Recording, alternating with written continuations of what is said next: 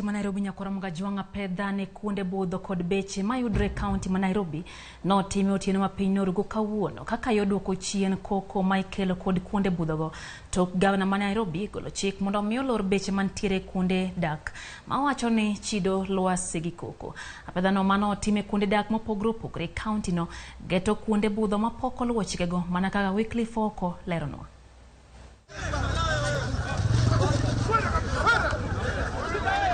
Mana kaka negisingo, apisas mag tend county ma Nairobi ne omakore kod Obila e chuny otieno ka gitimo pedha ne kuonde budho kod beche mayudore kuonde dak. Obila ne ondhiyo weg beche gik yweyo kod mago mag goyo ngolo e magawago. We have closed Egesa in Umoja as well as Barizi in Donom.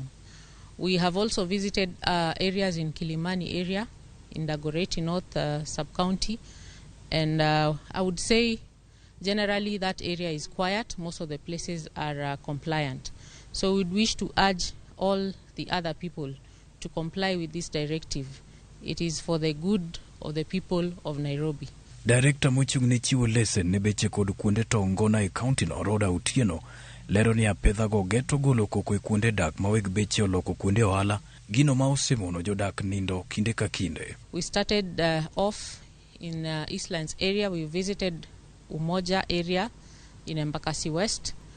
We have also visited Donom area in Embakasi East. Generally, we would say a number of people have adhered to the directive, but we have quite a number of other people who are still operating against that directive. So we've had to get revelers out of certain premises and close the same. No negotiation. Ma biro kinde manok kende to Governor ma Nairobi Johnson Sakaja golo chik mondo ilor beche mayudore kuonde dak kaluwore gi ywak jopiny ewi koko machido lwasi otieno thole. Sakaja bende dwaro mondo kuonde budho obed kod laru malach ma jobudho nyalo yiengo e gechegi e kinde ma gilimo magawago ka olero ni thoth geche yiengo e genga paya gino manitie tok chik ka omedo golo siem ni onge lesen ma ibiro chiw ne kuonde budho ma ok ochopo chikego. Weekly Foko, Ramogi TV. To kapod